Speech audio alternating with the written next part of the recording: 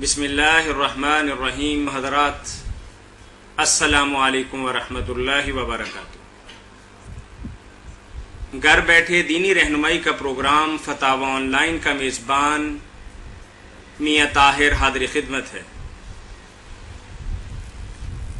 اسلامی تعلیمات اور سوال و جواب کا یہ پروگرام مرکز الحرمین الاسلامی فیصل آباد پاکستان کی طرف سے ہر روز عصر تا مغرب گلیکسی کیبل نیٹ ورک کے تعاون سے لائیو آپ کی خدمت میں پیش کیا جاتا ہے.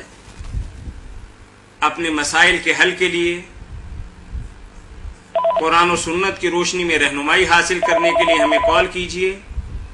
کال کرنے کے لیے ہمارا ٹول فری نمبر ہے 08001117777.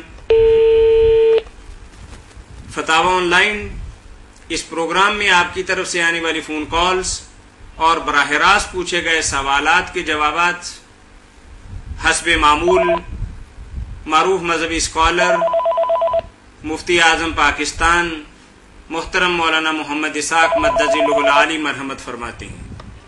جی السلام علیکم ورحمۃ اللہ. وعلیکم السلام. جی بھائی فرمائیے.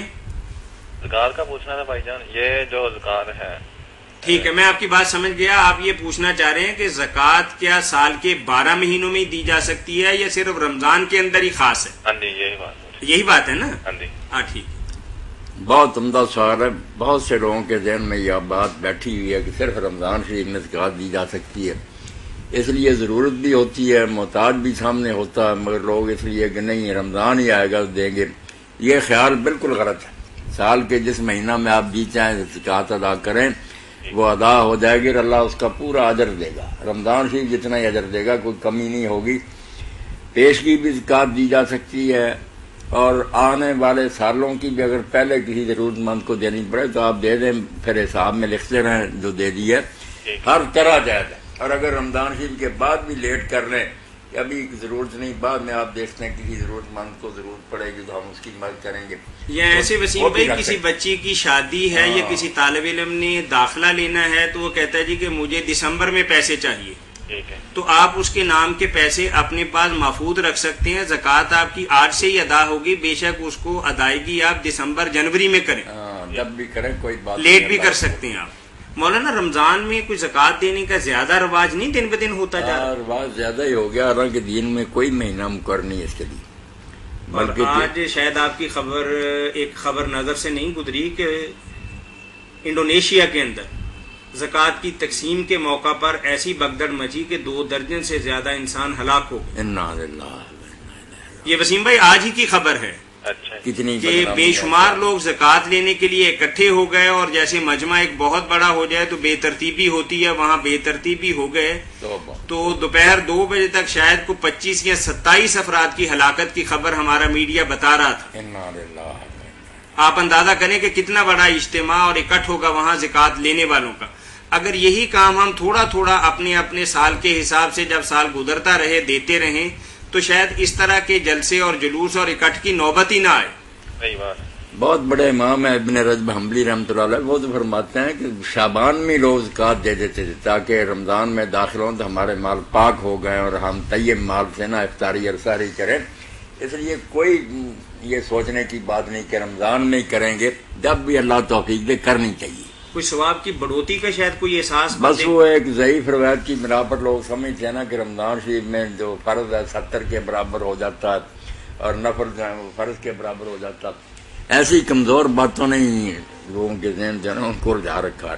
بہت شکریہ. اللہ خیر سے رکھے. بہت شکریہ سر، بہت شکریہ. جی وعلیکم السلام ورحمۃ اللہ. مولانا چونکہ آج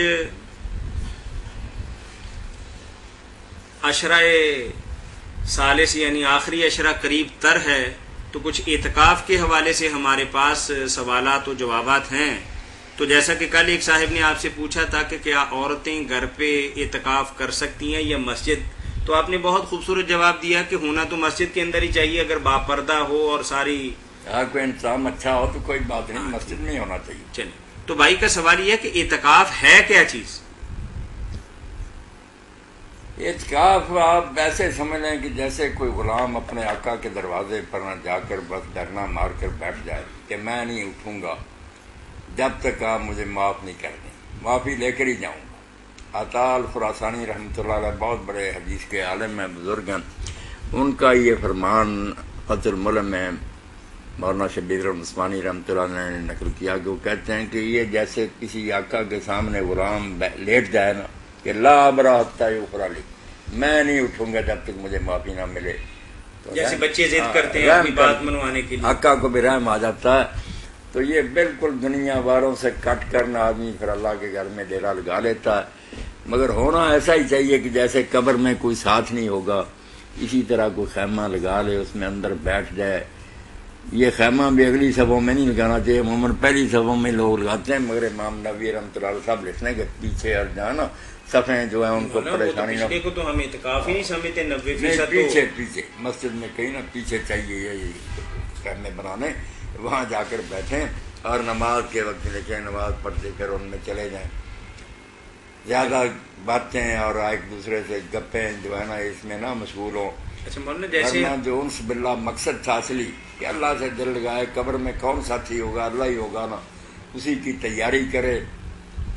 مولانا حرمین شریفین میں یہی دیکھا ہے کہ وہاں چادریں لٹکانے کا اور اس طرح اپنا ذاتی سا خیمہ اور گھر بنانے کا کوئی کنسیپٹ نہیں ہے، اور بندے کا پتہ بھی نہیں چلتا کہ کون اعتکاف پہ بیٹھا ہے اور کون ویسے بیٹھا عبادت کر رہا ہے۔ ایسا بھی امام ابن قدامہ المغنی میں لکھتے ہیں کہ کئی نیک لوگ ایسے ہی ہوتے تھے، کسی کو پتہ ہی نہیں چلتا تھا کہ اعتکاف میں بیٹھے، تو خیمہ بنانا ضروری نہیں، گنجائش بھی نہیں ہے شاید وہاں حرمین میں کوئی ایسی نہیں، گنجائش یہ ممکن ہی نہیں ہے۔ ٹھیک، چلیں وقت اور تاریخ کیا ہے، کب صحیح طور پر اعتکاف میں بیٹھنا چاہیے؟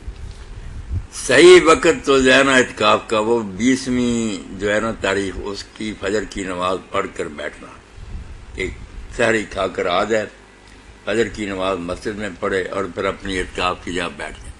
بالکل حدیث پاک میں صاف الفاظ ہے کہ جب آپ اعتکاف کا ارادہ کرتے تو فجر کی نماز پڑھ کر اعتکاف کی جا بیٹھتے۔ اب وہ بے شک 21 کی فجر بنا لیں جیسے کئی امام اس کے بھی قائل ہیں، مگر اس پر یہ سوال پیدا ہوا کہ زیادہ تو اعتکاف سے مقصد ہے کہ لیلۃ القدر نصیب ہو جائے، اگر 21ویں رات کی لیلۃ القدر ہوئی تو پھر کیا بنے گا؟ اس لیے علامہ سیدی رحمۃ اللہ علیہ نے نا بخاری شریف کے حاشیے میں کہا یار کوئی بات نہیں، اصل بات یہ ہے کہ ایک دن اور بڑھاؤ، مسئلہ حل ہو جائے کہ فجر جو ہے نا 20ویں کی، اس کے بعد بیٹھو۔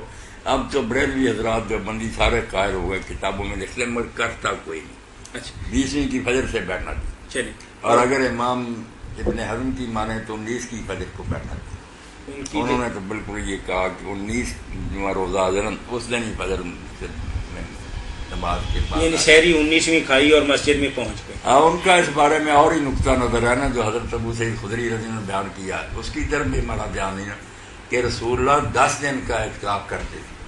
اب ہو سکتا ہے کہ اگر 29 کا مہینہ ہو تو 10 نہیں ہوئے، 9 ہو گئے، اس لیے وہ کہتے ہیں 20ویں رات داخل کرو، اگر 20 ہوں گے تو چلو نفل ہی ہو جائے گا، اور اگر 29 ہوئے تو 10 تو پورے کر لینا۔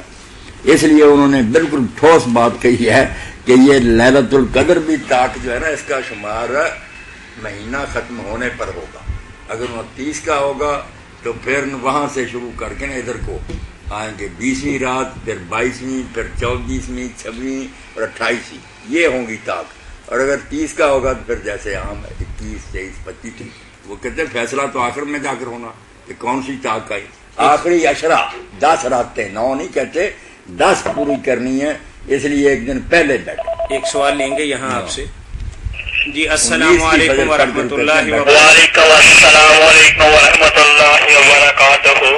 جی بھائی، ہلو جی بھائی سن رہے ہیں آپ کی بات، فرمائیے۔